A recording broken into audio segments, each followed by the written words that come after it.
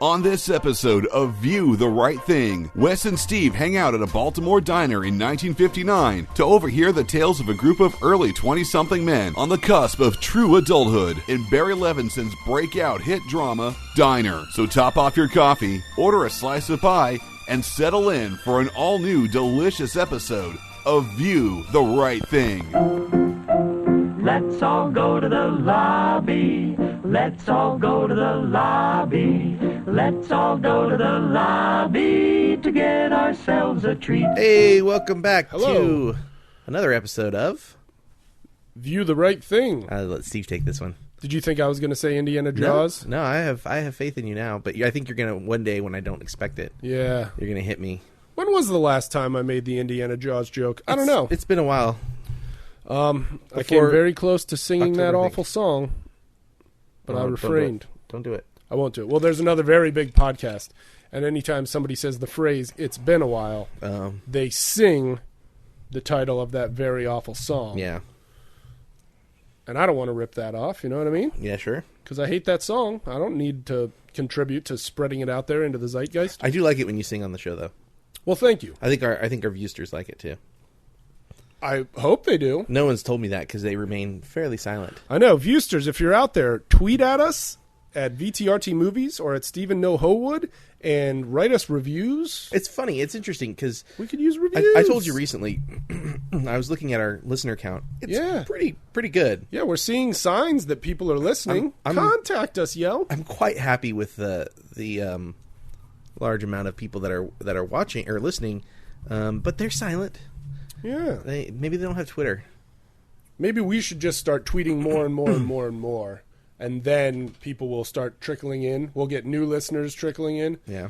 And our current listeners will get a little more active. Well, We've had, people were voting on the name and stuff like that. yeah, That was working. That's true. Yeah. I recently read an article on podcasts, and they said this guy said one tactic that a lot of people don't do is they don't utilize Facebook Live and YouTube, and so they add to their listener count via YouTube Interesting. and Facebook Live.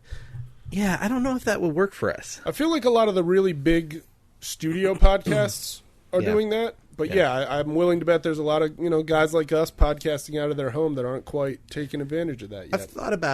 I've thought about having us live stream it on Twitch Word. before, All right. but we're not really talking about video games, so it seems kind of. I mean, we could live stream it on YouTube. Yeah.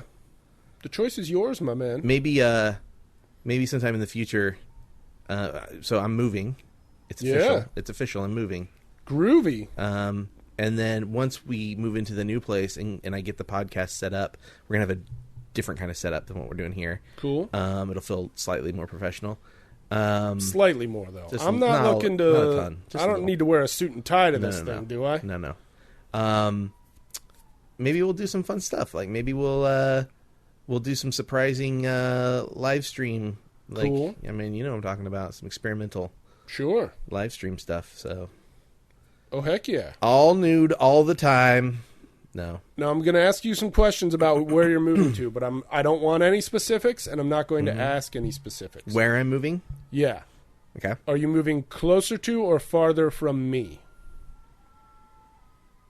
It will be closer to, I think. Are you moving closer to It's or not- it's- farther from the Hollywood sign? It's not 100% lock. I got you. I don't know. I couldn't. I'm really bad. Like, I know where I'm at in the LA area based on landmarks, Yeah. but I have not understood the map very well. Like, I look at like Google Maps and whatever, and I go, okay, this is where I need to go, and I'm always surprised that something that I think is southwest or something is really north. Whoa. So I'm having a hard time with the maps. You've got compass confusion. I guess so, but I do okay out in the real world, like Yeah. just based on signs and landmarks and stuff. I do Yeah. fine, but Compass confusion. It happens to the best of us. eh. I mean, just ask Walt. He looked at me real funny and then looked away when I said that. Yeah, he's. Should we talk Side-eyed about movies? I guess. I mean, I think we totally should. I feel like that's our focus. yeah, we can visit a little. It's okay. Some people Yeah. that are not my mother like this part of the podcast. Oh, that's good. I agree with this part of the podcast. Because, I mean, a lot of the really, really big podcasts, you're listening for the personality, you know what I mean? Sure. And, like, yes, you want them to get to the meat and potatoes of why they do the podcast, but you want to get to know the people a little, too. I was just listening to a new podcast today, and they spent a long time just visiting and talking about what's been going on. Sure. And what's been happening for the podcast. Now, was it and new news and stuff? that you're listening to it, or new completely? It's been around a while. Give them a plug. It's been around for a year, I think. It's called My Favorite Murder. I've not heard of this. And it's a podcast about murder. Yikes. It's kind of cool. Sounds scary. So the one I listened to was one of the producer's favorite murders.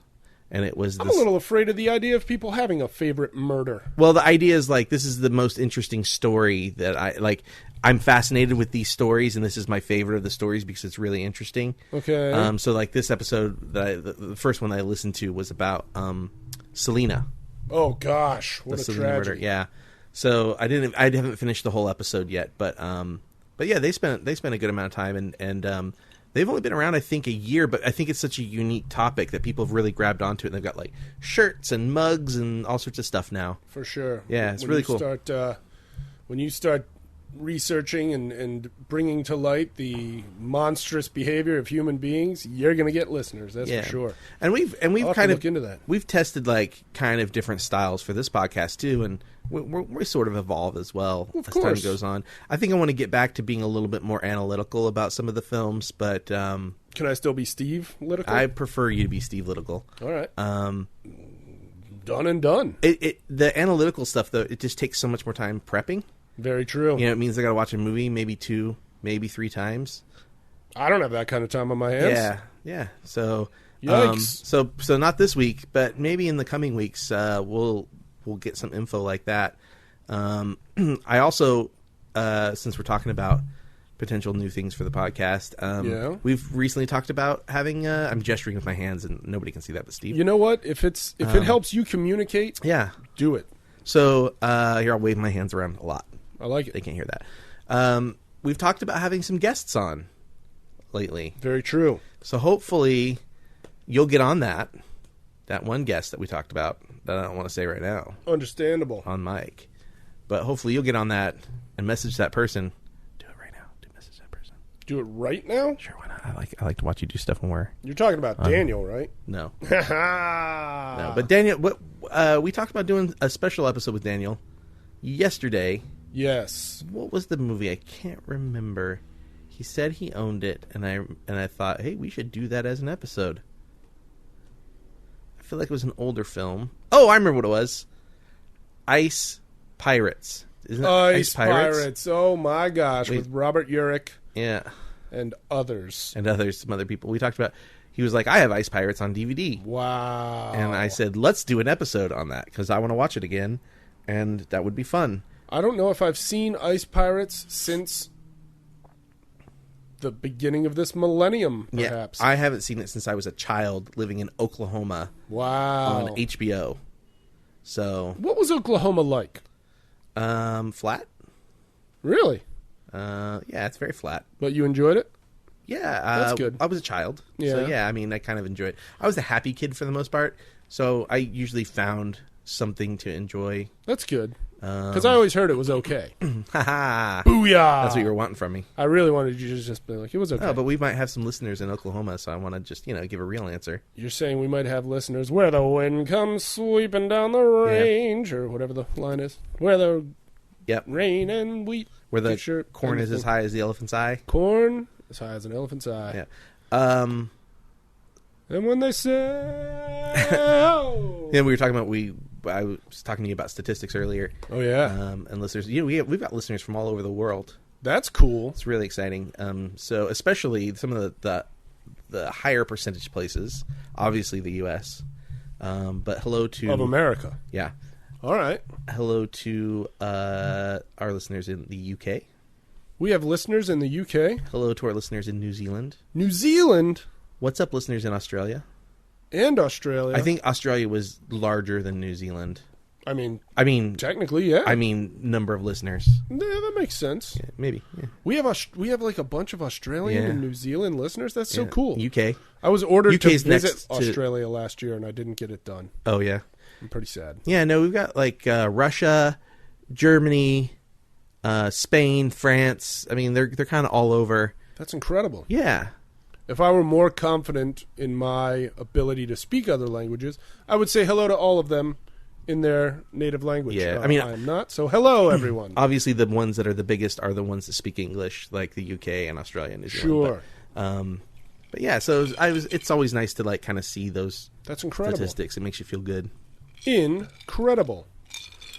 We've gone international, Wes. So good day, Australia. Yes, and good morning. To New Zealand. Don't they have a lot of sheep in New Zealand? Don't I sheep suppose Don't so. sheep outnumber people in New Zealand? You know, I've never really looked into that statistic. Do sheep outnumber people? That's Vamp. pretty bold. Do the sheep outnumber the people? More sheep. Maybe. That movie Black Sheep took place there. That was a pretty funny movie about some were sheep. Something goes wrong. Sheep start biting people, and the people that get bitten turn into were sheep. Yeah, and it's very funny. Mutant sheep are pretty. Mutant sheep is pretty good in that. Yeah, very funny Let me movie. put my phone Black on mute Sheep. here. A lot of people confuse it with the Chris Farley, David Spade movie of the same title. Completely different movies, same exact title, and that's okay. It happens. There are 7 sheep to every 1 person in New Zealand. Whoa! It used to be 20 to 1, Wow. and it's dropped to 7. 7 to 1 is 7 still to a 1. pretty big, what do you call that, margin. Yeah, there's 23.5 million. This was as of a couple years ago. 23.5 million people in New Zealand, roughly, and 74 million sheep. Oh, my God. Way to go, New Zealand. I got to visit there, too. I heard you can take Lord of the Rings tours down there. Oh no, I'm sorry, that's Australia. I thought that math. Oh. I thought that. No, well, when I was looking at that, I was like, 23.5 and 74. That's not a ratio of 7 to 1. Right. That's a ratio of 3 to 1, and that's Australia. So there are more sheep than people in Australia as well. I feel like so much of this afternoon has become a lie. New Zealand is home to 3 million people, 60 million sheep. 60 million. So that might be a more current statistic, but yeah, that's pretty impressive. That is wild. Way to go. Way to go, sheep. We got to visit Australia and New Zealand one of these days. I'm afraid to go to Australia, I'll be honest with you. Because of all the crazy animals? Yeah, everything tries to kill you there, right? Well, that's what... I'm sure if you Tourists stick here. close to, like, Sydney, you'll be fine. I think it's mostly, like, when you really get out into the wild is where you find the real scary stuff. I heard there's, like, fish, like, in the ocean there that can kill you very, very quickly in shallow water. Well, gosh, And I hope not. I think there's even a fish... We went and saw that Kevin Smith podcast Yeah. with Daniel, and they talked about a fish that could come out of the water, could live out of the water for like a day Good gravy. and get you. I've forgotten a lot about that evening. Cuttlefish. That's that a what it dangerous was? thing. That's a dangerous thing, isn't it? Cuttlefish. Gosh. I don't know. It sounds so nice, though. A cuttlefish. So, Whee! if there are any Australian viewsters, we would love to hear from you. I want to know if any people who live there all the time Yeah. have ever had any like scary animal encounters, That's a great question.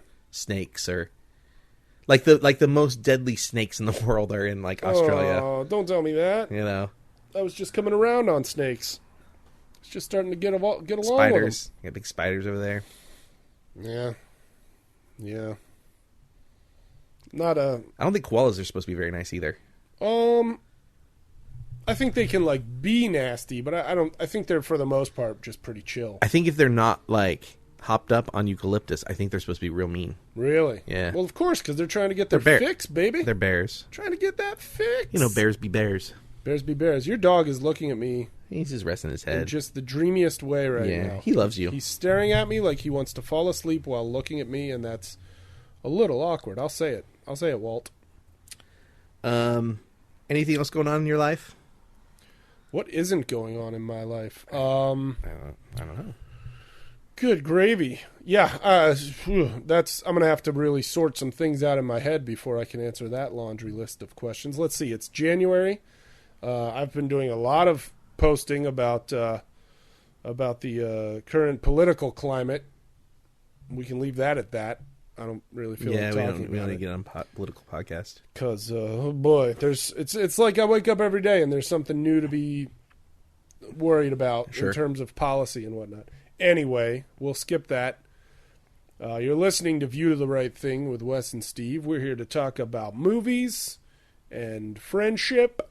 And we went to Disneyland yesterday. That was fun. That was pretty exciting.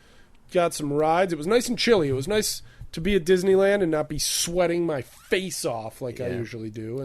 I inadvertently convinced someone not to ride Mr. Toad on accident. Oh, yeah, that's true. It was totally an accident. I thought she should have ridden it. You let her know that there's some scary stuff at the end for children. There's some scary stuff at the end, and she chickened out. You didn't convince her not to ride it. Yeah, well, she chickened out. She had a 3-year-old that she didn't think should see that stuff. There's some devil stuff in that ride. Yeah, I mean, you quite frankly drive to hell, and it happens. Yeah, it's a warning about drinking and driving in a very festive way. All right. Well, I mean, at one point you drive into a pub, and there's a guy spinning drinks around. Yeah. And then you see Sherlock Holmes. Next thing you know, crash your car, and then the judge says you're guilty, and then you drive and get hit by a train, and then you're in hell. Do you look at Sherlock Holmes every time you go through that ride? Where is Sherlock Holmes located? Right outside the pub. Then I probably do. It's on the left. You can see his silhouette in the window. Oh, cool. Of 221B. I'll have to double check for it next time I'm there. Yeah. Because that sounds cool. 221B Baker Street. That's the one. Way down the street there's a light in his place, right? Yeah. Opens the door, he's got that look on his face, and he asks you where you been. You tell him who you seen. Keep talking. I don't know that song. I was going to do Baker Street by Jerry okay. Rafferty. You know that part. Sure. Have you seen any trailers in the last few days? Yeah, I don't know. We've talked about the Old Man Logan, the Logan trailer, right? Mm-hmm. You haven't seen it. I haven't seen it. Oh, well, then I won't talk about it. But it's a great trailer. But, gosh, I mean, I feel like I know we didn't record yesterday, but it feels like our last recording was quite recently. It does feel like it was really recent. Let's skip trailer talk for now. Let's dig into this diner, because I'm getting hungry. Trailer talk? Well, what trailers have you seen then? Because I clearly, apparently, haven't seen any. Well, not any that we've both seen. We've already talked about Baywatch, right? Baywatch. Which I do really want to see. What about Chips? Did you see the trailer for Chips? I did see the trailer for Chips. Yeah. I think that looks like a really fun movie. People are complaining about it. Why? Because it's like, well, it's just the old argument of why do they got to make a dumb comedy movie about this show that's sort of that was, kind of a serious show. But it's like... maybe it'll be funny. They complained about it. Enjoyable. They complained about it for Dukes of Hazzard. They complained about it for the Brady Bunch. They complained about it for Starsky and Hutch. They complained about it for Dark Shadows. Can I answer the question? Well, I'm going to answer the question. You answer the question then. Well, I'm not going to answer the question. I'm going to shut the question down. This has been happening for like 20 years now. They've been taking old TV properties that haven't been around for a long time, and they've been making funny, entertaining movies out of them. And so what? Look at 21 and 22 Jump Street. Those were hilarious. There was nothing funny about that TV show. The thing is the way that the serious problems were dramatized in the 70s is comical. Absolutely. Now. I totally agree. So they're poking fun at that. It's like sort of a nostalgia trip and kind of like poking fun at that. Remember when we used to think these things? So, get over it. I agree exactly. with you. Get over it. Yeah, I hear a lot. This isn't the first time a movie like this has been made. Just enjoy it. Yeah, I hear a lot of Bonge and John are back, baby. Nobody makes original movies anymore. It's only sequels. It's not true. That's not true. It's what seems to be true if you're not really watching movies. But if you actively seek out good movies to watch, there's plenty of original stuff. Yeah, Monster Trucks. Monster Trucks. I'm going to watch that movie so much. Well, just once. But I'm going to watch it very intently. Yeah. to make sure that those trucks are being as monstrous as the trailer makes me believe. And we've been making movies based on books and plays and songs as Since long as there have forever. been movies. Yeah, since forever. And then people complain about, like, oh, they shouldn't have made Magnificent Seven. It's like, well, Magnificent Seven is technically a remake of a remake. So just shut it. Well, Steve's getting cranky. Am I getting cranky? I don't know. You're very aggressive about I think this, I want to try those potato chips we got over there, but I don't want to be all crunching into the crunchy. microphone. Yeah, it'll be all crunchy on the mic. Let's dive into Diner, or unless All you got right. another trailer. I'm just kind of looking. Because here's what's going to happen. I'm a bit hangry. Talking about Diner is going to make me even more hungry, which is going to make me more hangry. Oh, I finally saw the Beauty and the Beast trailer. I still haven't seen it, but you can talk about it all you want. It looks really great. It looks really Yeah. pretty, and some of the character designs are a little creepy to me, but maybe that's by choice. Yeah, like some of the silverware and The stuff. clock and they A just creepy clock. yeah they just I mean, it's one thing to have like clean cartoony lines, Yeah. and it's another thing to like sort of try to make them look realistic and ornate, and Yeah. also Alive. alive. Yeah, it's a little strange, but it looks like it's gonna be pretty good. Yeah. I hope that they do some of the music from the Broadway show that isn't in the cartoon. Oh, I wasn't aware that there were different songs. Yeah, there's some good stuff in there. But yeah, Ron so Perlman is playing the Beast again, I assume. Ron Perlman playing the Beast. Sweet. No, he's not playing the Beast. Yeah, I'm conflicted about Linda the Hamilton as Belle. yeah. I'm Yes. conflicted about the appearance of all of the things. Like the Beast's appearance also looks weird to me. Yeah. Just the design wise, but again, it's sort of like how do you take that cartoon image and then try to make it look realistic? So Right. it is what it is, I think. But Emma Watson looks fantastic. I'll believe that. She does not look CG. Well, that's So good. Why would she need to? well, I'm just saying all the other things are CG. So Yeah, very true. um, Way to go, Emma Watson. way to not be computer generated. Oscar nominations came out.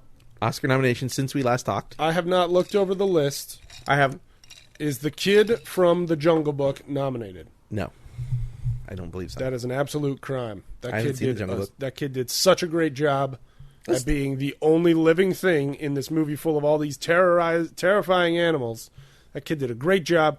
If he's not nominated, I'm upset. Let's talk Oscars.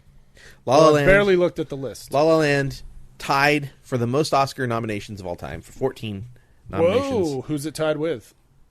Oh, Hang on, let come me on, guess. like- Starship Troopers. I think you're looking at off the top of my head. I would say you're looking at movies like Titanic and some Lord of the Rings movie. Probably Return of the didn't King. Return of the King win like 11? Yeah. All right, here we go. Nominees. All right. Now, I posed a question on Twitter. I don't know if you saw that. I don't think I did. I posed a question on Twitter. Carrie Fisher wanted Harrison Ford to sing at Oscars tribute. That's interesting. Whoa. Weird thing to pop up there. Sorry, I'm trying to get the nominees to come up. And, this winners. I'll look at Twitter. I don't want the winners. I'll just click on oscars.go.com. Oscars.go. The nominees are here. Click it. All right, here we go. I feel like I'm clearing my throat a lot. Viewsters, if I'm clearing my throat too much, tweet at VTRT Movies. Stop clearing. All right, so I'm gonna tell you the nominees for things, and then remind me to tell you about the question I posed on Twitter. All right. Best Picture. You ready? I'm listening. Arrival. Not gonna say anything. Okay. Fences. Hacksaw Ridge. Haven't seen it. But I'm surprised by the love that Hacksaw Ridge got. Not that I think it's a bad movie or anything. Sure. I'm just surprised at how well people are embracing Mel Gibson again. Yeah, I understand. Hell or High Water. Hidden Great movie. Figures. Haven't seen it. It's good. Looking forward to seeing it. La La Land. You hear that one? Fine movie. I totally knew that was going to get nominated. Lion. Haven't seen Lion. I predicted that back Good call. early December. Manchester by the Sea. And Moonlight. Now, I've been referring to Manchester by the Sea simply as MBTS. Is that my fault, or Yeah, that's your. Okay. I want to point out there's only 9 films, and we talked about this in the last episode. That it doesn't have to be 10 films. It's going to Right. be based on percentage. So Yes. so only 9 films. Actor in a leading role: Casey Affleck, Andrew Garfield, All right. Ryan Gosling, The Ling. Viggo Mortensen. The Nsen. I see you just saw my tweet.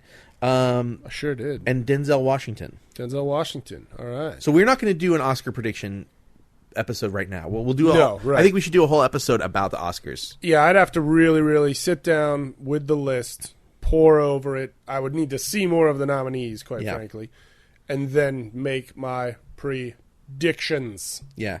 Actress in a leading role: Isabelle Huppert. Wait, what's she leading role in? Elle. I don't think I saw Elle. I haven't seen it either. Ruth Negga For Loving. for Living. Is that how you say her name? Negga. I have to assume so. Negga. There's only a couple of ways to pronounce it. Yeah. Natalie Portman. Natalie Portman. We knew it was going to happen. Emma Stone. Won't you move into my apartment? Emma And Stone's invited too. Meryl Streep. Meryl Streep's also invited to my apartment. You notice who wasn't on that list? Viola Davis. It's because she is nominated in Best supporting actress. Hmm. Isn't that a shame? Because I think she would have beat these other women out. I think so too. I think she would have beat them, and I think it's a shame that some supporting actress didn't get nominated because she took their spot. Very strange. But you know what this is ultimately achieving? What's that? People are talking about the Oscars. Yeah. That's what Big Oscar wants, No, baby. no Oscars so white this year. Well, it's still early. Well, I mean, there's already been talk that like they have it's definitely not a repeat of last year. Well, that's good. Supporting actor Mahershala Ali, you might recognize from the show Luke Cage, but he was in Moonlight. Cool. Oh, yeah, he was Cottonmouth. He was Cottonmouth. Yeah. Jeff Bridges, Lucas Hedges, Dev Patel, and Michael Shannon. Dev Patel's nominated for supporting? Yep. I thought he was the lead in Lion. Well, Or are they As- saying the Lion is the lead? as we've learned, well, here, look, actress in a supporting role, Viola Davis. Yeah. Perhaps, I gotta plug the computer in. Here, you read these supporting actresses. Oh, I and- don't know how to You read. don't know how to read. I'm gonna plug that computer in so we don't lose. Actress in a supporting role: Viola Davis, Naomi Harris for Moonlight, Viola Davis for Fences, of course. Nicole Kidman for Lion. Didn't Nicole Kidman just come out in favor of Trump? I really hope I'm wrong. I really hope that's a bad dream I had. I really hope the starlet of the leading lady of BMX Bandits isn't a Trump supporter. You're being looked after. Remember BMX Bandits? Yes. We've got BMX bikes, and we're gonna give some criminals a hard time. We're gonna buy new bikes with the walkie-talkies we stole. Octavia Spencer for Hidden Figures. Michelle Williams for Manchester by the Sea, bro. Boy, Michelle Williams. I have a hard time not voting for her on anything, but I'm not allowed to vote in the Oscars, so that's okay. I want to bring. We won't go over all the Oscars, but I do want to bring up animated. Oh yeah. There's no Wreck-It Ralph, so I don't even care. Kubo and the Two Strings. I hear it's great. Moana. I hear it's great. My Life as a Zucchini. I hear it's great. The Red Turtle. I haven't heard about it, but if it's nominated, it must be great. And Zootopia. Fine film. I wanted to bring those up because what is missing? From Best Animated? Yeah. Uh, Just in general. There's something general missing from Best Animated. puppet movies? No Pixar. I thought Moana was Pixar. No, Moana is Disney Pictures. Really? I Yeah. thought I was 99% certain Moana was Disney Pixar. No, just Disney. Huh. Looking at it right here. Well then what From the creators of Zootopia and Frozen, Disney Moana. Disney Pixar movie was there? Finding Dory. which I thought was a Finding Dory wasn't a nominated? very, very sweet movie. I thought it was better than Finding Nemo. Wow. So- Now, here's my question. Disney makes plenty of movies without Pixar. Has Pixar ever made a movie without Disney? Disney's always put them out, but Disney bought Pixar eventually. Right. I don't think Pixar's ever had a movie that wasn't released by Disney, Gotcha. to my knowledge. Short films, probably. So maybe since Disney owns Pixar, maybe they're just like, you know what, we're going to let Pixar take the back seat this nomination season, this Oscar season. I guess. I'm surprised. I feel like anytime there's a Pixar film Yeah. available to see Yeah. in a given year, then it gets nominated. So I was really surprised by that. My vote is for Zootopia, especially in this climate of... When in Zootopia, I don't think... let's make a brand new start. Is that in... That's not in the movie. No, that's the theme song from the canceled reality show Utopia, Oh, okay. which I adapted for Zootopia. Okay. Well, I shouldn't even talk about my vote. Anyways, I like Zootopia. Zootopia was pretty fun. I could have done without the Shakira song, Well, it's at least it's like at the very end. in case it hasn't become clear over the last episode and a half. Steve's Sometimes a bit of a song a snob. good movie can be completely ruined for me by one terrible song choice. But you don't have to stay for that song. The movie's over at that point. No, they play it. They play right it when when she's she's on the arriving subway. in town. Yeah, and it's Yeah. annoying. I'm very surprised that I didn't let Rihanna's "Shut Up and Drive" completely ruin Wreck-It Ralph for me. But that is a testament to how great Wreck-It Ralph is. Let me ask you a question. How Go are you right ahead. feeling about Wreck-It Ralph 2? Because I don't like the concept very much. I haven't heard anything about it, and I'd kind of rather not hear anything about it Okay. until I sit down to watch it. I don't like the concept, I'll tell you that. Fair enough. I love Wreck-It Ralph. I want to watch Wreck-It Ralph 2, and when the credits roll, I'll make my decision. If the feel of Wreck-It Ralph was drastically different in the sequel, Well, I heard that in this one they get brought out of the video game so you do know something about and it. taken to an island where a man has somehow recreated living dinosaurs. I don't think that's at And all. It's called Wreck-It Ralph. No, none of that is true. You know what trailer I did see recently? What did you see? Why didn't you bring this up during trailer time? Because I completely forgot. Okay, what's up? A friend of mine shared this, and now I'm about to share it with you. Mm-hmm. She's in the movie, and it starts off. Who's she? Oh, Your friend is in the movie. we'll avoid her name now in case she doesn't feel like having me talk about her on the show. Okay, Then again, I guess just I'm about to name the movie. What's the movie? So the trailer goes along, and it's about this kid, and he's trying to get involved in his school science fair. He winds up bringing a dinosaur to life Okay, by hatching it from an egg. okay.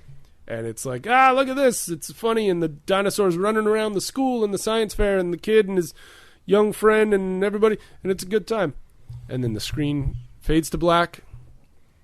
And in gold letters across the screen, Yep. Jurassic School. And I, filled with so much joy when that movie turned out to be named Jurassic School. From it- the Asylum, creators of Sharknado Oh, so it's a tongue-in-cheek and so thing. very much Okay. else.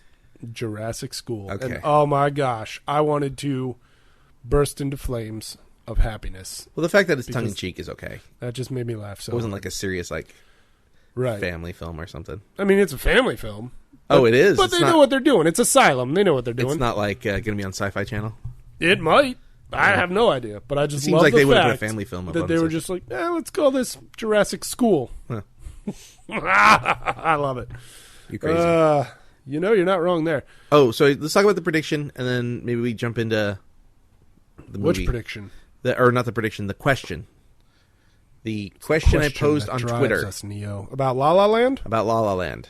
Nominated You for wrote- 14 Academy Awards. La La Land has a chance to be the fourth film in history to win top 5. Will it? Wes doesn't think so. Wes does not think so. Top 5 in the Academy Awards are Best Actor, Best Actress, Best Screenplay, Best Director, and Best Picture. Best Picture. I don't think it will. I think it. Again, I should save this for probably for the Oscar. Yeah, maybe when we Podcast. get a little closer. But we'll talk about it as we get closer. But no, I don't think it has a chance to win. Fair all enough. 5. Fair enough. I would love to hear what other people think about it. Yeah, I don't know. I bet it will win 5 Oscars, but I don't know if it'll win the top 5. If Viola Davis had been placed in Best Actress, it definitely wouldn't win all 5. Sure. It has a greater chance now that she's not in that race. Also, sure. Yeah. When do the Oscars come out? Like Sometime in February. February. Did you say June? I think I started to say January, but Yeah. January's over in a couple days here. Yeah, February. Certainly not end of February 4th. Right? No, that's Super Bowl Sunday. No, end of February. End of February. Yeah, Let's that's the talk diner. Yeah, I'm hungry. I am too. Let's talk about the diner, and then let's go order the left half of a menu Yeah, somewhere. you gonna finish that? Do you want me to finish it? Do you want it? I mean, I'd take it if You you're do not this going every to eat time. it. You do this every time. All right. That was Steve Gutenberg in Diner. So, sir, my friend, my Yes. good friend Steve, My you'd friend never, Wes. you had sort of seen it. I thought I had seen it, but really I think what really happened was just many times growing up I had seen the record scene and the popcorn box scene so many times Yeah. that I think maybe I had just convinced myself that sure, I must have seen Diner. But I don't know. When we watched it just now, there was so much happening that I had no recollection of it all. Yeah. So, like, maybe I tried to watch it once as a kid and fell asleep to it or something. I don't know. Oh, it got brighter in Yeah, here. I turned the Thank lights you. up a little bit. Thank you for that. Felt a little dark. So now I've seen Diner. Yeah. It was a fun movie. Yeah, I love it. Kind of sick in light of modern sensibilities about, It's definitely sexist. it's definitely super sexist and misogynist. Yeah. It's also a 40-year-old movie? Like, Well, that's, unfortunately, that's just the way things were going back then. it's not just that it was a 35-year-old movie, but And it also takes place it takes place in even 1959, like 20-ish years before that. which yeah. was a misogynistic time. Extremely. So it's kind of mean, like MASH, you yeah. know? Yeah. Don't get me started on MASH's misogyny, my friend. But yeah, I mean, still, like, I can understand why the movie was such a great hit and why it continues to be a beloved film. I loved it. I just loved it for, it did have funny moments and all that beautiful East Coast scenery there reminded me of home. And, there was a lot of really good stuff brought up. Yeah. So it starts in Baltimore in Christmas 1959. Yeah. And Baltimore, Maryland. you got Kevin Bacon Kevin Bacon as Fenwick. as Fenwick. And immediately you can tell he's troubled. He's like Sure. down in the basement of this like I think the first time we School see him or is something. this scene, right? Yeah. Where he's punching through windows. punching in the through basement. windows, cutting up his hand He's doing it for the laughs? for No, the what does laughs. he say? Doing it for the laughs. Because I always wanted to I always think of like it was a goof. Yeah. Um, Doing it for the lulls. and he's clearly been drinking. Oh, yeah. And Mickey Rourke's Boogie comes in sort of like Mickey Rourke, gets who him to is stop. very much trying to be the next Marlon Brando. Yeah, well, in I this think movie. I think he was sort of seen as the next Marlon Brando before he went off the rails. Yeah. Got so heavy into drinking and drugs. He also got punched in the drugs. face a lot. Yeah, but the drugs was a lot of it. Sure. Mickey Rourke, wherever you are, we love you. We're glad you're still with us. So, Iron Man 2, 2. so anyways, The Wrestler 2. Yeah. as the movie goes on, you slowly start to meet each of the other guys, Right. except for Tim Daly's character, who's not in town yet. This is true. So we meet Paul Reiser's character, right? Paul Reiser is, I was about to say Paul Reiser, played by, why isn't it showing me his name? Modell is Paul Reiser's character. Yep. And we meet Shrevey.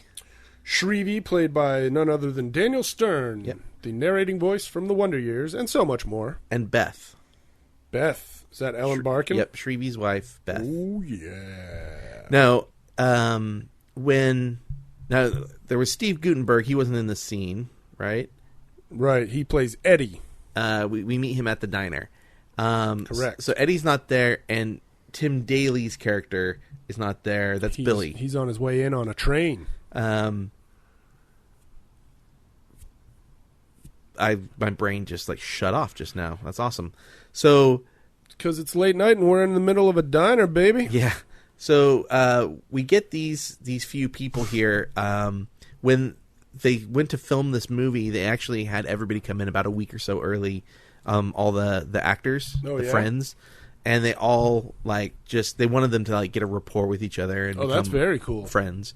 And so they would like go clubbing and like pick up women and stuff, and they would come up with like fake stories. Yeah.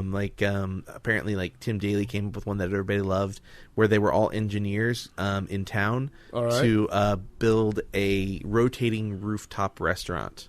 Nice.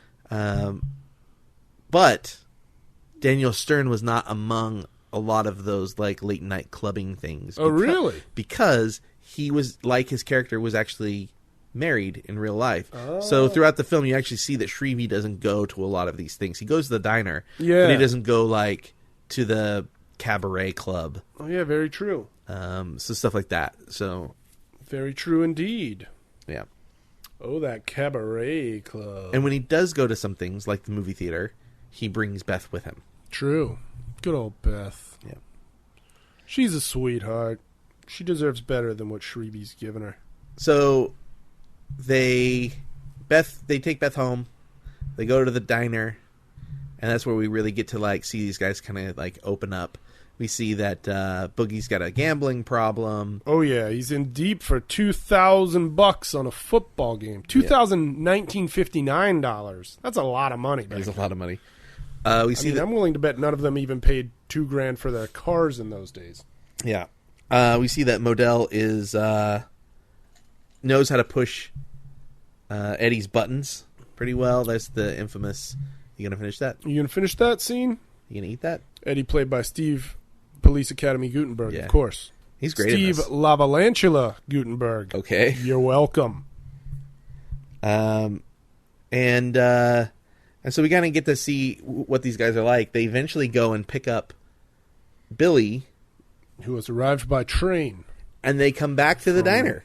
Is Billy still away at college, or is he? He's away at college. Okay, he's away at college. Yeah, because like they talk about like Boogie is in law school. He's a hairdresser right now, but he's in law school. And Fenwick is also in school. Right. Sort of. Not really. Right. He's supposed to be at a school. He's supposed to be. Sounds like he's not attending it very often. So we meet Bagel, who I'm not entirely sure what Bagel's deal is. Bagel is like a contractor. Yeah. Who but somehow he knows about all of Boogie's gambling debts. Well, he's friends with those guys, other people that like play bookies. He's friends with bookies. Okay. All right. But it's funny because I kind of want to just like gloss over it a little bit. I don't think I knew that Boogie's last name was supposed to be Sheftel in this movie. I don't think they don't think his name's Robert Sheftel. Where did Boogie come from? Yeah. Well, he refers to himself as Bobby, I think, at one point, to the girl on the horse. That makes sense with Robert. And maybe he says his last name then. Maybe that's it. Because, we never meet his parents or anything, right? No. What do we learn about Steve Guttenberg's character and his near future? He is engaged. Engaged to be married. To Elise. To a woman whose face we'll never see. Yeah, it's my favorite thing in the whole movie. Yeah. Is that last scene of the movie. But why is their marriage possibly in jeopardy? She has to pass a football test. A test about football knowledge. She has to score a 65. In 1959, TV has only just started existing. The internet is nowhere near existing. And this guy is demanding his girlfriend score a 65 on a football test or he's going to cancel the wedding. That's a bit nuts. It's a bit nuts. It's funny. Makes for a lot of laughs. Yeah. But I mean, what a nutty idea. Yeah. I'd have taken a lease right off his hands. Well, it's interesting you say that because there's a weird dynamic amongst the group where something similar to that kind of almost happens in the Yeah. film. Shrevey and Beth don't exactly have... I have a hard time, like, understanding what happens to them in the future. The other characters I kind of get. Sure. But, like, they seem like they're kind of in a loveless marriage. A little bit. And They- there was probably a lot of that going around back then. Yeah, they cared about each other, but it seemed like they were kind of in a loveless marriage. He flips out about the records. You want to talk about the records? The arrangement of his records. Well, yeah, I mean, one of the most famous scenes in the movie, Sure. as far as I'm concerned, because I've seen it so many times, the scene that is Shrevey is going through his record collection and can tell that his records are out of order. And his wife's like, yeah, I've been listening to him. So what? And he's like, you got to put them this way and then put them by that way. He wants her to categorize them what? Like genre first, Then alphabetical, then by year. Yeah, by last name and then by year. Yeah, and that's a bit much. And she's like, I like to take one out and listen to the music that's on it. I don't care about alphabetical. What's funny He is gives her a real hard time. my wife and I have had similar discussions Yeah. where I would like to organize my movies by last name of director. That's insane. That's what she says. Just organize it by title. And that's what we do. There you go. But there's a part of me where that will be helpful, though. there's a part of me that's like, you know what? I want to get better about remembering who made what movies and what their influences and their styles are, and it would be easier to learn that if I was forced to like look under their names to get their movies out. Yeah. So for me as a quote unquote artist, it would be better for me, but it's not better for the household. So Yeah, I'd say keep them organized, alphabetical by title, and then you yourself keep a very, very, very brief but accurate spreadsheet of this director's name, his movies, that director's name, his or her movies. well, and so forth. there are some exceptions to the alphabetical rule in this house. Go on. I own every single James Bond film. Whoa. They are all listed under B for Bond, and they are all in the order in which they came out. Wow. Yeah. See, that I can agree with. Bond 1 because through they would all be Bond pretty 24. close to each other anyway. Yeah. So I can agree with that. Yeah. I remember working at Blockbuster back in the day. Uh-huh. And for whatever reason, whenever the James Bond movies came out, we always put them at the very beginning of the new release wall with the numbers. Because for some reason, within Blockbuster's database, they always had it 007, James Bond, and then whatever the rest of the title was. Yeah. I don't do numbers. I would always think it would be James Bond 007, The Spy Who Shagged Me. But they put it 007 James Bond, International Man of Mystery. And that confused a lot of people. That bothers me like greatly. That you said that. I don't do like if it's like a number like 310 to Yuma, then it would be under T. Ah. Yeah, at Blockbuster it was numbers at the very beginning of the alphabet and then all the rest letter. Yeah, I have letterbetically. I have an app on my phone that that lets me keep track of all my films, and I can keep track of like I can filter it so I can go. These are the ones that I have digital. Nice. And this is where the digital life, whether it's iTunes or Vudu, mostly Vudu. You can see, Steve can see in here that on the shelves I actually have some cases, DVD cases. Those are 3D, so all the 3D films are up there. So I can use the app to like sort just 3D films if I want to like see what I have for 3D. Yeah. But that app also lets me change how the titles are sorted. Yeah. So it automatically sorts numbers at the top. So 310 to Yuma would be at the top. Interesting. Or what if you 20, put into the filter Big Trouble in Little China? Big Trouble in Little China will come up. But what about 2002's Big Trouble, starring Tim Allen? That would be under Big Trouble. It would be before Big Trouble in Little China. What about Chinatown 2, Little China's in Trouble? I don't think that's a movie. There is a Chinatown 2, though. Is there? What's it called? I don't know, because I haven't seen the first one, remember? It's called The Two Jakes. Okay. Forget it, Jake. There's two of you. Okay. Oh, that's. Oh no! I was like, what's the movie that he's quoting constantly in Diner? Oh, darn it. Yeah, there's a weird character in Diner who just pops in every once in a while and speaks in only quotes from this one particular movie, and the title of that has completely escaped my head now. All right, I'm going to look to see if I can figure that out. Talk about the movie a little bit more while I'm trying to... I feel like it was something... Yeah, it's going to drive me crazy. So Diner. So we've got Shrevey, who is married and giving his wife a hard time about his music collection. We've got Eddie, who's about to get married, but not if his wife can't pass a football test. We've got Boogie, who's a gambling addict, but also a real man about town and gets along with all the ladies. There's literally a scene that comes out of nowhere and almost goes nowhere, where Boogie and one other guy are driving down the road, and they see this beautiful girl riding a horse on a great big East Coast farm. It's a beautiful scene. And Boogie's just like, whoa, check her out. So they pull their car over to the side of the road and talk to her.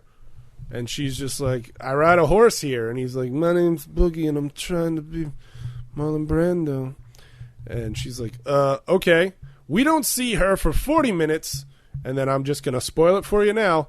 Later in the movie, all of a sudden, she's out on a horse. Boogie shows up riding a horse on the same piece of land. They don't explain that he went to the place and had to rent a horse or whatever. He's just there riding a horse right along with her. And then at the end of the movie, at Eddie and Elise's wedding, he's there and the girl's there as his date. But boy, oh boy, does Boogie get into all sorts of other trouble. There's the legendary popcorn box scene. When you talk about the popcorn box, there was a bet. Boogie makes a bet with a guy. See, Boogie owes $2,000. This is going to get very confusing. Boogie owes some bookies $2,000. So, in order to solve this problem, he thinks, maybe if I start making other bets that I'm definitely going to win, I can earn that money up real quick. So he bets his friends that he's got this date coming up. He's taking this real pretty girl to the movies.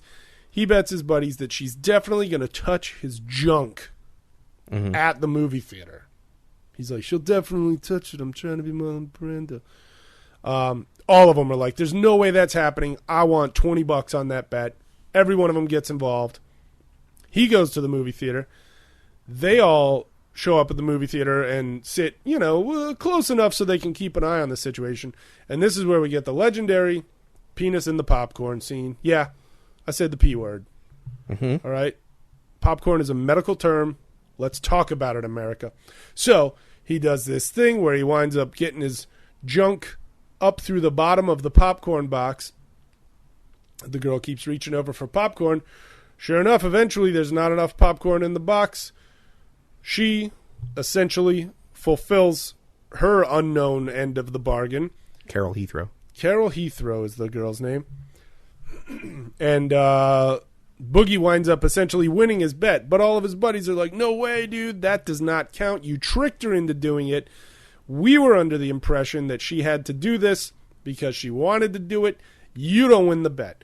Something goes down. So now he's basically got to convince Carol Heathrow, like, I need to convince this girl that she needs to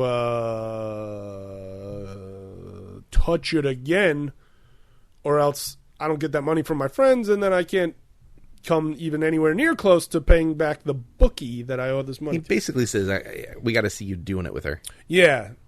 Yeah, that's what it is. Yeah, he says, you guys will see me doing it with her. So he goes and he manages to tell Carol, like, look, I was just so attracted to you that I got so excited that I had to take some pressure off, so I undid my fly, and wouldn't you know it, it poked up through the bottom of the popcorn box. And poor sweet Carol Heathrow believes this garbage and says yes to a second date with Boogie. This might be the longest story in the movie because so much of it is just kind of little, right? What do you call them? Non sequiturs, so to speak. Well, it's sort of like everybody's got a thing in the movie. Like they've all got their own like quest or whatever, right? I suppose so. Though, what's Fenwick's quest? Well, Fenwick's quest is his trouble with his family, right? His like he's not living up to his expectations. That's sort of his thing that sort of boils over and leads them all to a night in jail.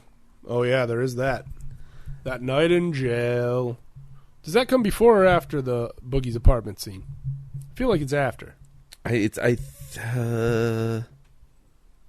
I feel like the night in jail is really close to the end. It's pretty close to the end. So, long story short, Boogie says, all right, guys, I'm going to get Carol Heathrow back to my apartment. You guys sneak in before I get there and hide, and you can watch me do it with her because I'm trying to be Marlon Brando. So, I can't find the guy's name, even. I feel like it was like JJ or something. which guy is JJ? The guy who's always doing the movie quotes. That's what I've been looking up this whole time. Oh, right. It's in there. Are you searching the quotes? I searched quotes. I searched trivia. I searched the cast. Can't find this guy. It's in there somewhere. It's not For Whom the Bell Tolls, but I feel like it's something like that. Or maybe that's one of the quotes he's saying. So, then the record scene fight happens between Shrevey and his wife. And then Shrevey takes off, and then poor Ellen Barkin is all sad. And shortly after Shrevey takes off, Boogie happens to come by. We learn that they used to date by the sounds of it. Am I correct in assuming that? Yes, they used to date. They dated, I think, in high school. Yeah, it sounds like they dated in high school. And then a few days later, Boogie's... Well, I was going to say, just so you know. So she asks him, did you actually like me, or did you just like being with me because I let you do stuff to me? Oh, gosh, she did ask him that. That's a heck of a conversation. Right. Yowza. I don't even remember how he answered. I'm pretty sure he said, of course I actually he said, liked you. of course you're beautiful. Of course I liked you. Yeah. You were special to me. So then a few days later, Boogie's at work. He's a hairstylist at a salon, and one of the bookies comes by to try to collect. And, of course, he doesn't have the money, so the guy roughs him up a little bit. Boogie goes back into the salon. Ellen Barkin, why can I not remember her name? Beth. Evie? Beth. She's been waiting for him in the salon, and, you know, she's still upset about Shrevey, so Boogie's kind of like, hey, maybe me and you can hang out again a little behind Shrevey's back. What do you say? And she agrees to it. So now Boogie is maybe about to start having an affair with one of his best buddies' ladies. Because that's not good. Neither of them are going to the football quiz. Right, neither of them are going. That's how it all adds up. Now you mentioned earlier when you talked about the football quiz that you thought it was crazy. Yeah. This is actually something that I think like Barry Levinson's cousin did to his Whoa. prospective wife. Yeah, so it was actually sort of based on something real. I actually, for that era, for some reason, doesn't seem that crazy to me. I mean, it doesn't seem that crazy, sure, but, I mean, you know, the old for that era, what do you call that, qualifier? It's like pre-civil rights era. Yeah, exactly. You know, with 2017 eyes, that's a crazy thing to do to a potential bride. Sure. Silly Eddie. God. Oh, so long story short, Boogie one night winds up picking up Beth, and he brings her a blonde wig. And he's like, you got to put this wig on. That way nobody will catch you, you know, out and about with another guy. So she's like, oh, yeah, good idea. So she puts the wig on. But really what he's trying to do is make it so that she looks like Carol Heathrow. Because remember, he's got to get Carol Heathrow back to his apartment so that his buddies can hide in the closet and watch him do it with her. Yeah. One of those buddies is Beth's husband, Shrevey. So Shrevey and Fennick, they're at the football quiz. They hear poor Elise lose the quiz. She only gets a 63. She needed at least a 65 to win. We'll get back to that in a moment. And then when the quiz is over, they're like, okay, we got to get over to Bookie's place and watch him get down with Carol Heathrow. Right. So they sneak in. They hide in the closet. Boogie and Beth pull up outside. They sneak out of the closet to look down out of the window. They see Boogie and a girl with beautiful blonde hair, and they're like, oh, yeah, it's going to happen. They sneak back into the closet to hide. Boogie and Beth don't go into the apartment. They decide, you know what? This ain't right. We can't do this to Shrevey. And they just leave. They flat out leave. And then it cuts to Shrevey and Fennick still in the closet. And Shrevey's like, did you leave the door unlocked or something? Does he somehow know that we're in here? What the heck? So basically, those guys don't get any show at all. Boogie and Beth get to flee the scene. Nobody knows better. Water under the bridge. And Beth saves her marriage. So that part's good. Yeah. Gosh, what happens after that? Fennick then, well, no, even that's quite a bit away. Fennick getting them all arrested. But yeah, okay, so the football quiz I took place. like watching you squirm over this a little bit. Well, I don't know. I'm looking for this thing. Squirming is what I do. So the football quiz is happening. We hear Eddie and his bride-to-be Elise in a separate room in Eddie's parents' rec room. And Fenwick and Shrevey are down there with Eddie's dad having some beers, listening to the quiz through the door. And at one point he asks a question, and Shrevey accidentally says the answer. Doesn't even say it that loud. But we hear Eddie from the other side of the door go, "We can hear you in there," and because of that, she can't get that answer now. And so Shrevey feels bad because he just cost her 2 points. Sure enough, it turns out that when it's all said and done, if she had had those 2 points, she would have won. Eddie comes walking out of the room. We still haven't seen his wife yet, and he just goes, "I'm afraid she only got 63 points. The wedding is off." Now, keep in mind, I don't know if we mentioned this yet, the wedding is supposed to happen 2 days after the football quiz. Right. You'd think they would have given a bit more of a margin of what do you want to call it? I don't know. Maybe take the test 5 months before the wedding, and then if she fails, maybe take it again. Give her some more time to study up. Who cares?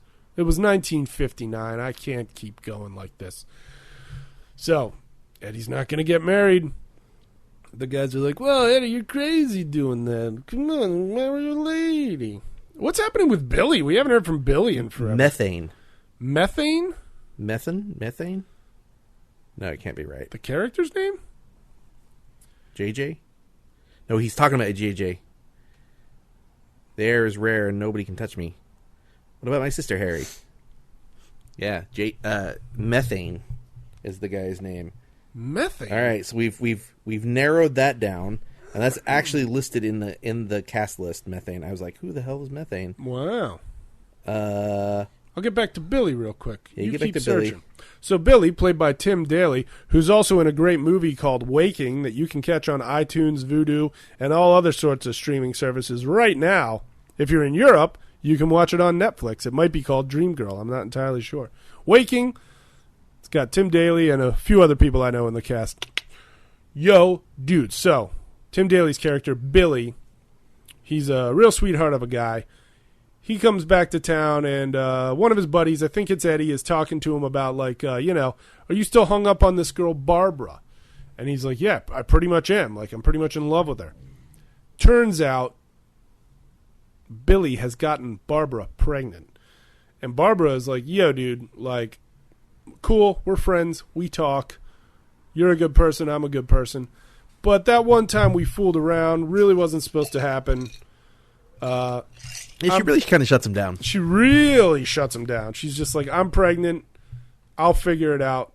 Now, I don't see anything in this movie that says that Billy wouldn't make a fine boyfriend. He actually seems like a good guy. He seems like a stand-up guy. He's Tim Daly, so we know he's totally handsome. Mm-hmm. And I really can't see any reasoning in Barbara's character as to why she's shutting him down so hardcore. Now, sure, maybe it's got something to do with career. She works at the local TV station. Mm-hmm. Nothing wrong with that. I don't see why they wouldn't bother getting together, having a kid right there in their hometown. She can keep doing her job. He can keep pursuing, what was he doing in school? Was he in pre-med? Billy? Yeah. Wasn't he on his way to becoming a doctor or something? I feel sounds like about right. Something like that's going on. But yeah, it's like, yeah, I can't think of a single reason why she wouldn't bother being like, oh, this super handsome, probably about to become a doctor guy really won't make a good husband. But then again, you know what? The heart wants what it wants. Maybe there was reasoning in the original script that didn't make it into the final cut. I don't know. But Barbara keeps shutting Billy down, driving me crazy. And Billy, being the good guy, is like, well, hang on a second. I mean, if that's my kid, I need to try to do my best to get involved. I'm just going to cap off the movie and take it to the arrest. So, real quick. So, what you're bringing up is really important because it shows a shift of how the whole movie is kind of this way. But this is, I think, the important example of how men and women's relationship shifted around that era, around Yeah. the 1960s, and how they show that is in a couple ways. This relationship, Have some tea. the fact that it starts at Christmas, Yeah. and the thing that kind of caps the movie off is moving into the 60s, is New Year's. Literally 1960, January 1st. So this relationship that Barb is resisting, Barbara. is she's resisting the old ideas that you get pregnant and the guy has to marry you. Yeah. It's just how it's done, and it sort of reflects Shrevey and Beth's relationship in that there's probably more of an older style of Sure. All right. we were teenage sweethearts and we got married. Because which let's is- face it, Shrevey ain't getting no better than Beth. right. Mwah. and their relationship is not in an ideal place. Very And true. It's probably because of that. And so the Barb stuff is kind of interesting because, like, you know, the Boogie Bet thing seems to be the through line for the movie, and all these other things are happening around it. Yeah. And this is obviously Billy's thing, Right. His story. But it's a really important observation about the change in relationships in that The time period. change it 'Cause had the whole to come. even if you don't look at it just as like the Shrevey, Beth, Fenwick, and the unnamed girl at the beginning, I can't remember her name, who was there at the end as well. Oh, yeah, she's at the wedding at the end. What's her name? She was a real sweetheart, too. And there was a weird thing going on with that and the misogyny thing. all Boogie and that. Carol, or Boogie and Jane Chisholm, Sounds right. Billy and Barb. So there's all sort of like these Eddie and Elise. There's all these like male-female relationships throughout the thing. Yeah. So it's sort of about that, and it's also sort of about the relationship of the guys and how they perceive their relationship is going to change, right? Because Sure. again, like the changes from the 50s to the 60s, they talk about how Eddie's not going to be around the diner much anymore. Yeah. Because Once he gets he's married. marrying Elise. Although that's not the case for Shrevey. Shrevey's there all the time. Yeah. So I don't know. It's He's always at that Fells Point diner. yeah. And then we meet a man who's literally eating the left side of the menu Let's talk about that guy. in one night. I I don't even remember that character's name. I Earl, think. sure. I think it was Earl. I remember he looked a bit like Kevin James. Yeah. So a couple of the guys arrive at the diner, and some other guys are already there watching Earl, and he's got every sandwich that you would think could be in a diner on his table. Every sandwich. And so there's a question about whether he's eating every sandwich or is he eating just the left side of the menu, right. or you know. Well, they sort of deduce. They're like, "What? Well, does he have the roast beef?" And then, yeah, he's got that. He's got the. Well, what about the ham? I see it. And so they deduce. Oh, he's working his way down the entire left side of the menu. And then what is it? Gutenberg asks, "Now, Earl, does that include the chicken dinner?" And he's like, "Yup." Yeah, the fried chicken plate. Yeah. Yeah, So this is a guy who's apparently his goal for the night was eat the entire left side of the Fells Point Diner menu. I got Steve. drunk in Fells Point one night. does he do it? I'm pretty sure. He does, and they applaud him. They give him a walking out standing ovation. Yeah, because it on the way cuts to to his later. car. He's scraping the It's last like bit of daylight. chicken off a chicken bone, and he's walking out to his car at dawn. Yeah, it's pretty great. Good old Earl. Yeah, I wonder if that's a true story from Levinson's. yeah. I don't know. That's funny though. I kind of hope so, because it did absolutely nothing for the rest of the plot. But it is a very funny moment, and it's only made me hungrier right now. Oh yeah, I could go for some sandwiches. All right, me 3. You want to go to a diner after this? I mean, we really just might as well. I We think might we're as well gonna go to go to that the one diner. that you were talking about the You know other what? day. Let's go to a diner. Let's post a photo of us. We'll meet my wife Desiree at the diner, All right. and we'll post a photo of us in the diner on our Instagram and our Twitter. See, I feel bad though. I don't have a nice 3. Those guys are always wearing 3-piece suits in that movie. That's okay. We'll wear t-shirts and jeans. Yes, we will. That'll be fun. Diner. That's the name of this movie we're talking about right Yeah, now, in case you weren't sure. So before we just kind of cap it off, I want to talk about.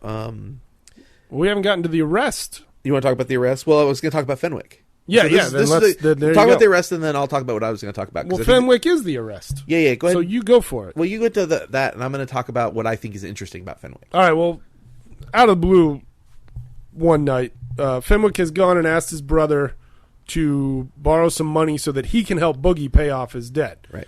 And his brother's like, "What? Why the hell would I ever do that? Like, that's crazy." And he's like, "'Cause like the guy's my friend and I'm your brother, and like we help each other out."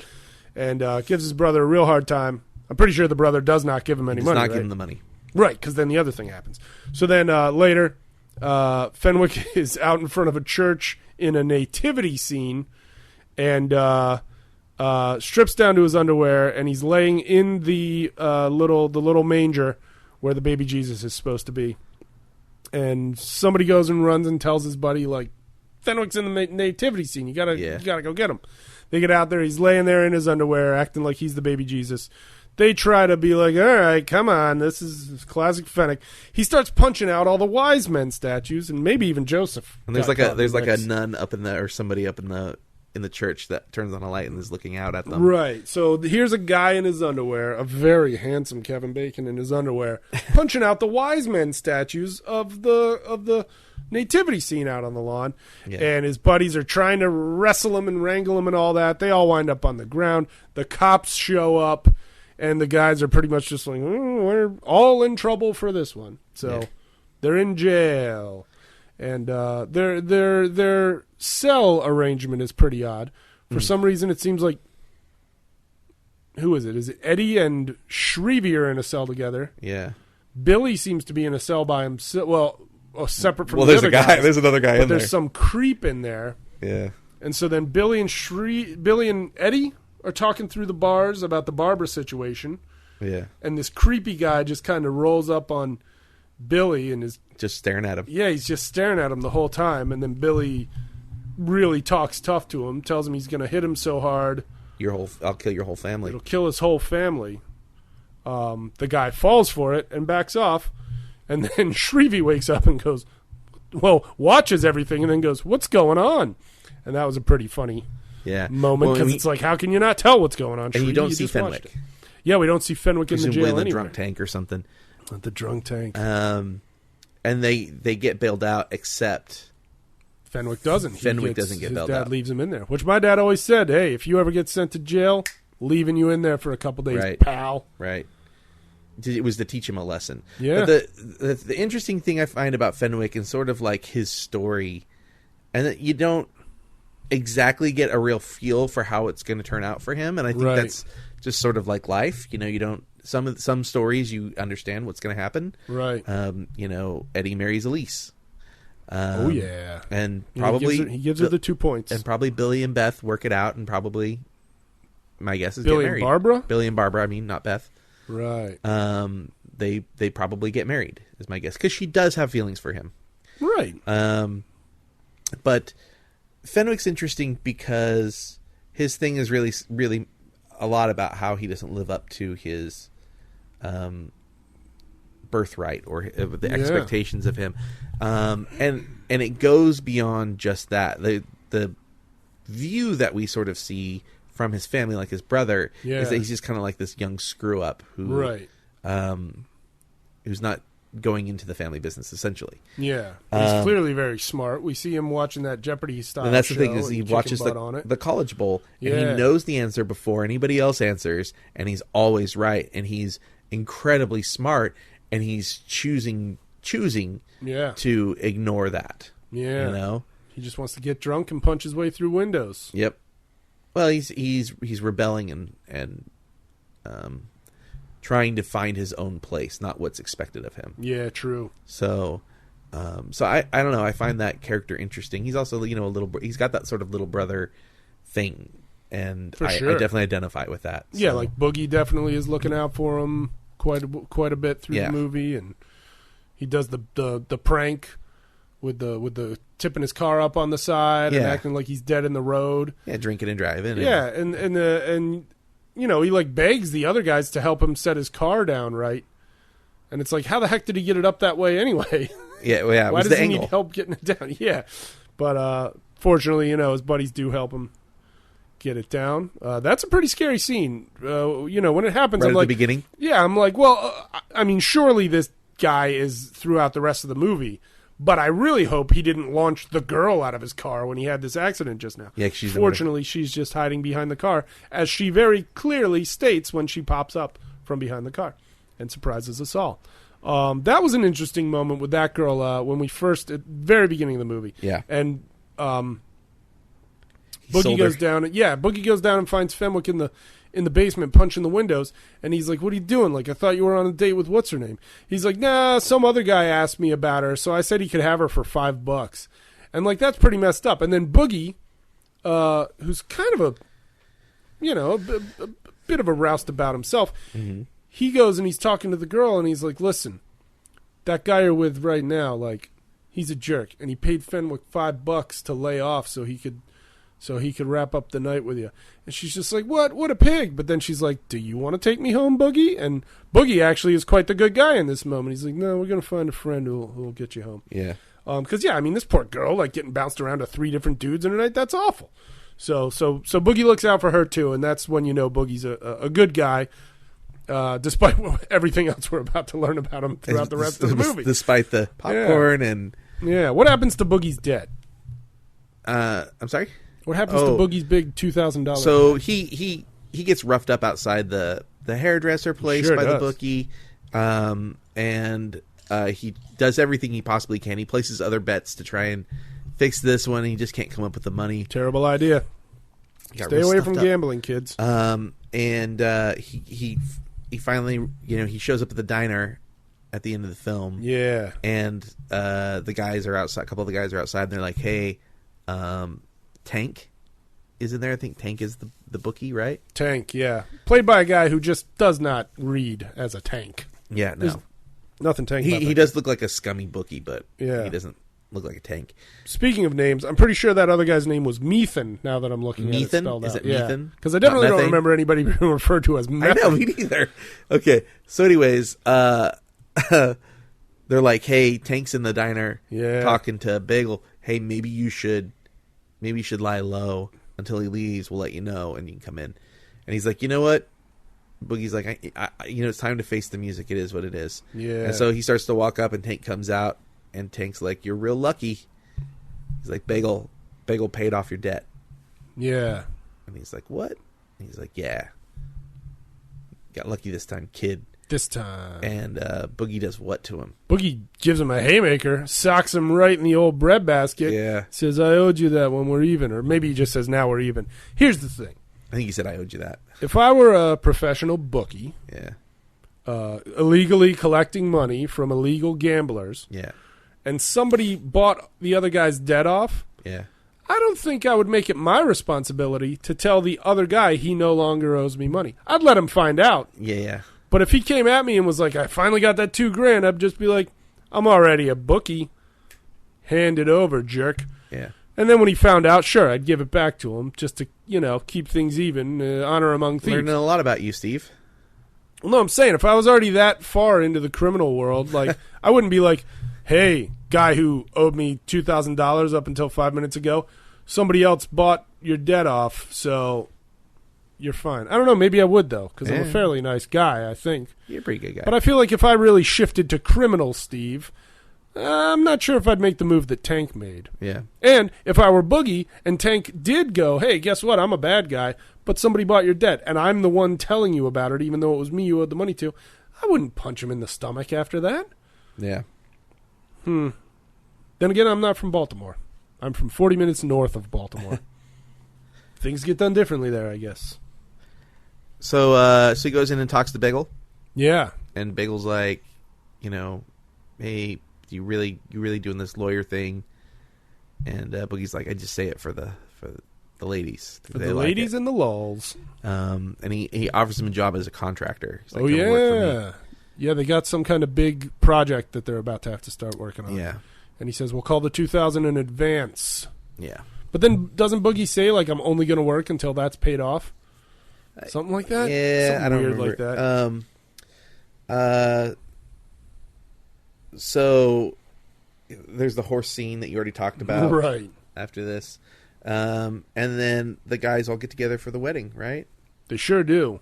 They have a great, big, beautiful wedding. And I hate the last shot, I got to be honest with you. You hate the last shot Yeah, of so- Diner? I don't remember what it is. So they have the wedding, and you see the back of Elise a lot. Right. You see the back of her head a lot. You see her dance just when you think she's going to turn around. Yeah. She either doesn't, or it cuts to somebody else, or whatever. Right. It's a great joke. The colors for the wedding are blue The colors and of white. the Baltimore Colts. The Baltimore Colts, who are now the Indianapolis Colts.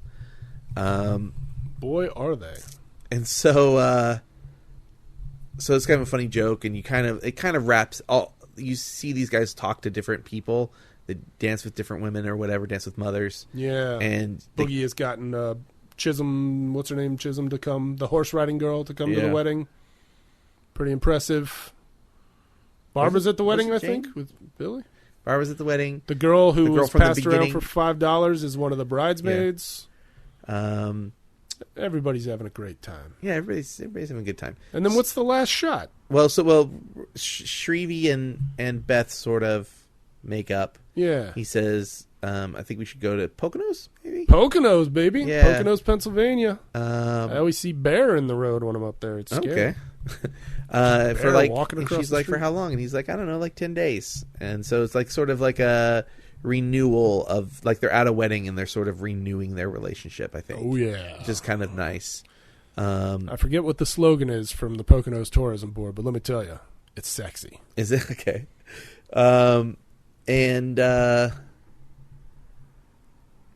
Modell gets up to deliver the speech. Modell, played by Aliens Paul Reiser. Yeah. Who's like apparently this incredible improv guy. Right.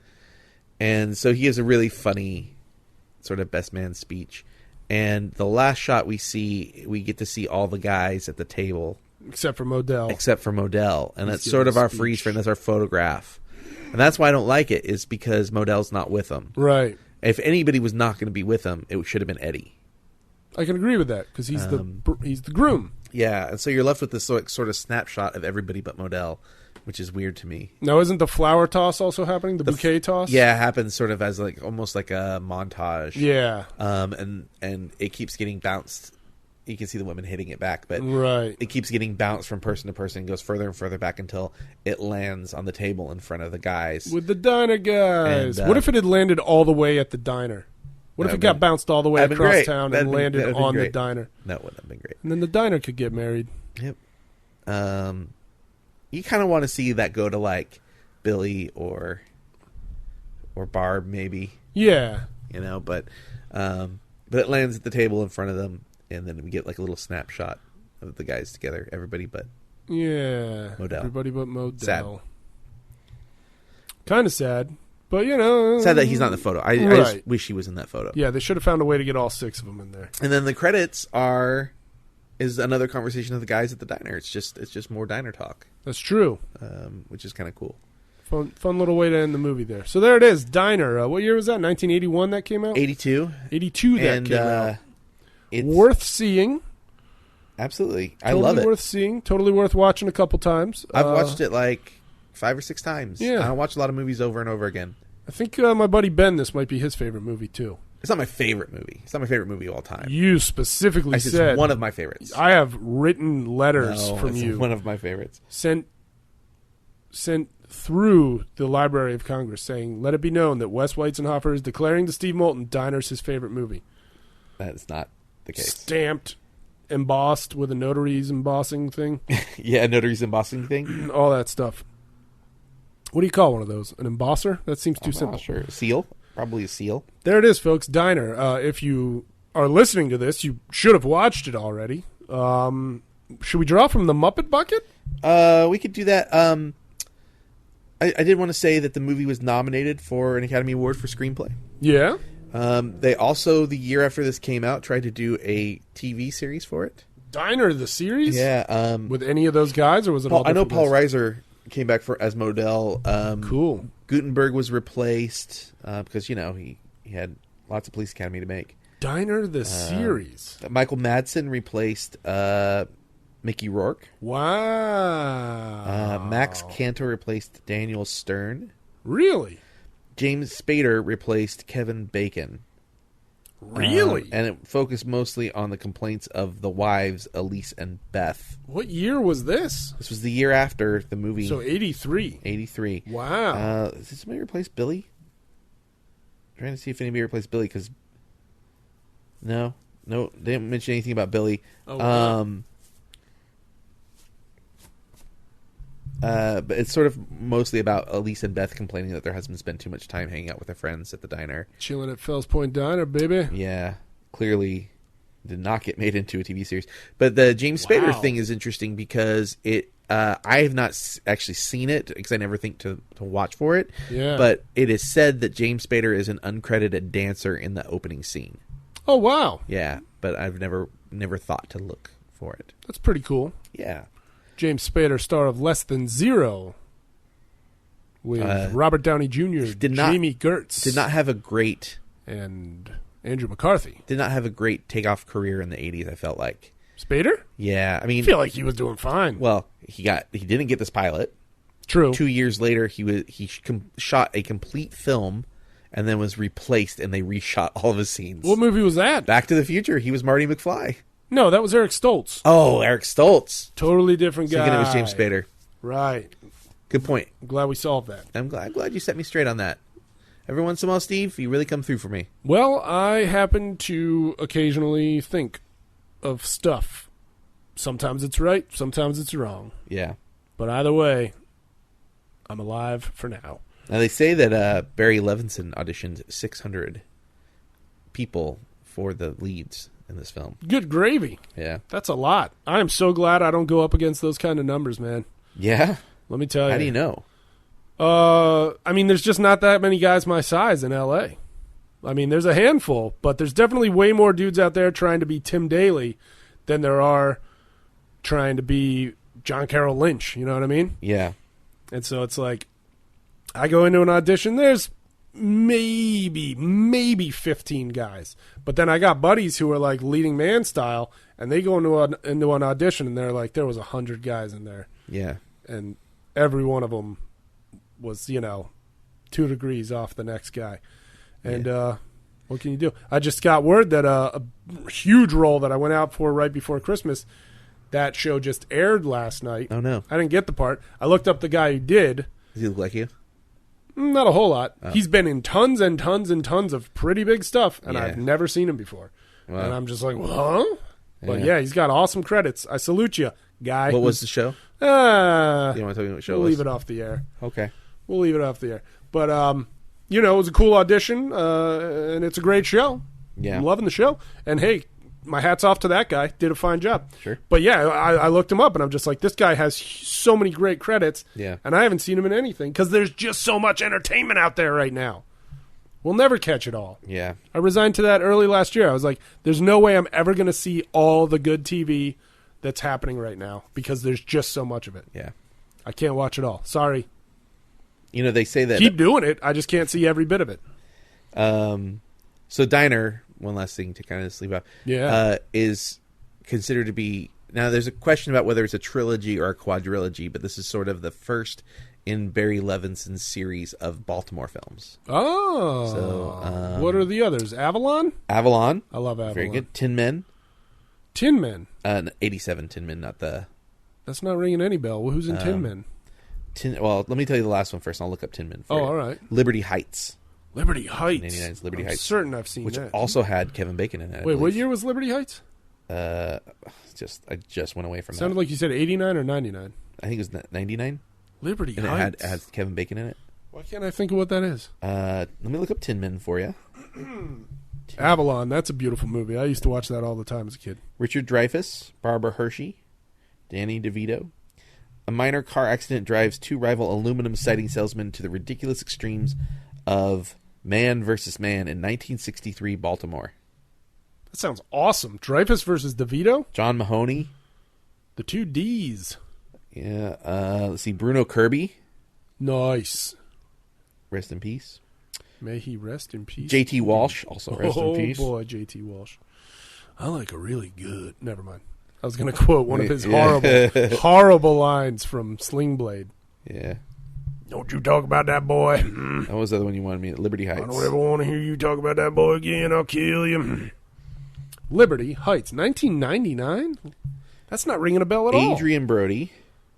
What? Bebe Neuwirth. Joe Mantegna. Ben Foster, who's everywhere lately. Orlando Jones. David Krumholtz. Liberty Heights, what does the plot say I could have about this? sworn that Kevin Bacon was in this.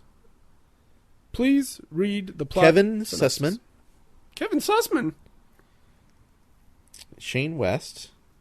Just read the plot. Susan synopsis Duvall, for who me. was also in Tin Men, by the way. Cool. Hold on, I'm checking to see if there's This any was other a people this I was might a recognize. movie or a TV series? It was a movie.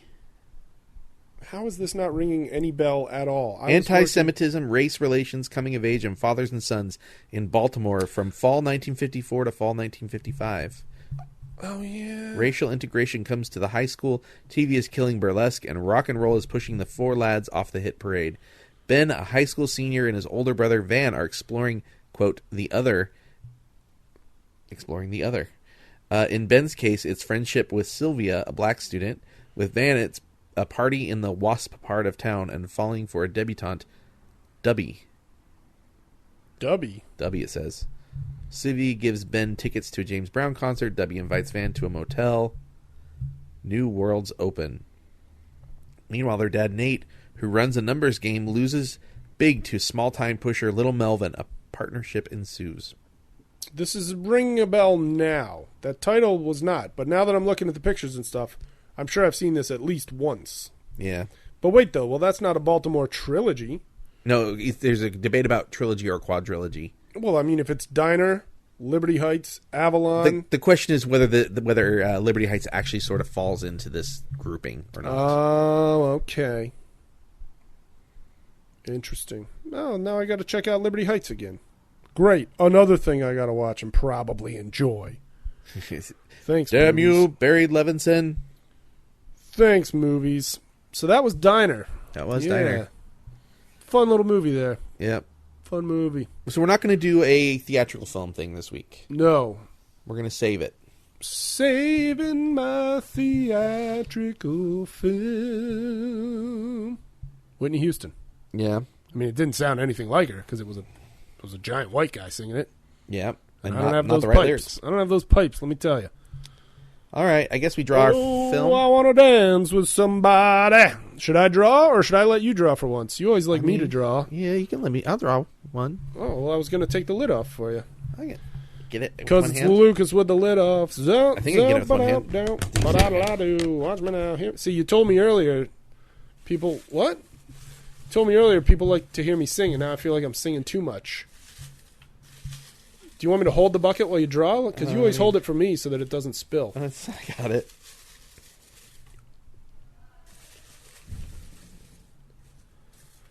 What does that say?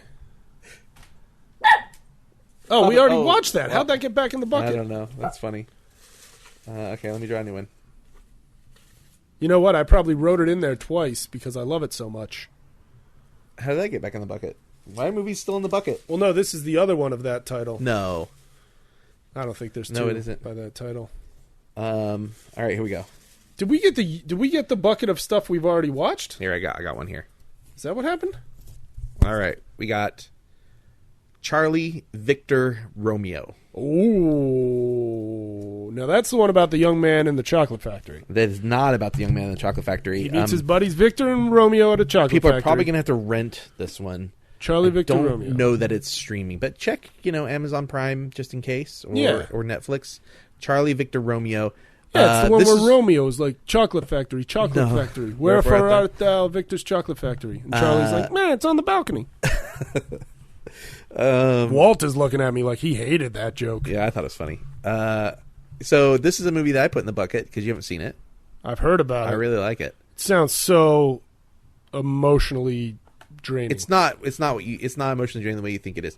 I wish I could show it to you in 3D because they actually released it in 3D, and that's how I saw it. Oh but my they God. don't sell it in 3D. So it's a play Yeah. And they brought cameras in to record the play, which is why they did it in 3D, because they wanted you to feel like you were actually at the play. Wow. It's not a high big budget thing. It's literally cameras at a play. Cool. It's a black box theater. Yeah. Very few props. It's a select group of actors who repeat occasionally throughout the thing, and it's about airplane crashes, and it's done from the actual black box recordings. It's actually much more interesting and exciting, and it's just not what you think it's going to be. Okay. So everybody rent the Charlie Victor Romeo or buy it. I bought it on Vudu. Cool. And yeah. Charlie Victor Romeo. Anything else you want to say before we go? Just, we're about to enter month number 2 of 2017. Everything seems to be going crazy with each passing hour. This episode might not come out till February. Maybe not. So we're somewhere near month 2 of 2017. Just love each other, you guys. That's good. That's nice. Hug your friends. Hug your family that's around. Watch lots of movies together. Watch movies together. Keep your eyes open. And love each other. And when you're about to get into an argument with somebody, try loving them first. And then, and then maybe something really good will happen. Because we're in a time where, as Dumbledore said, and nobody is bringing this up, but good old Albus Percival, whatever, Wulfric Brian Dumbledore, yeah, said, we are about to enter a time where we have to decide between doing what is right and what is easy. And I am seeing a lot of people doing what is easy. So cut the S and, be good to each other and be good to as many people as you can be good to. I'm off my soapbox, Wes. Yeah. Take it away. All right, let's go to a diner and get some sandwiches. Sure. Everybody, in the meantime, bon cinema.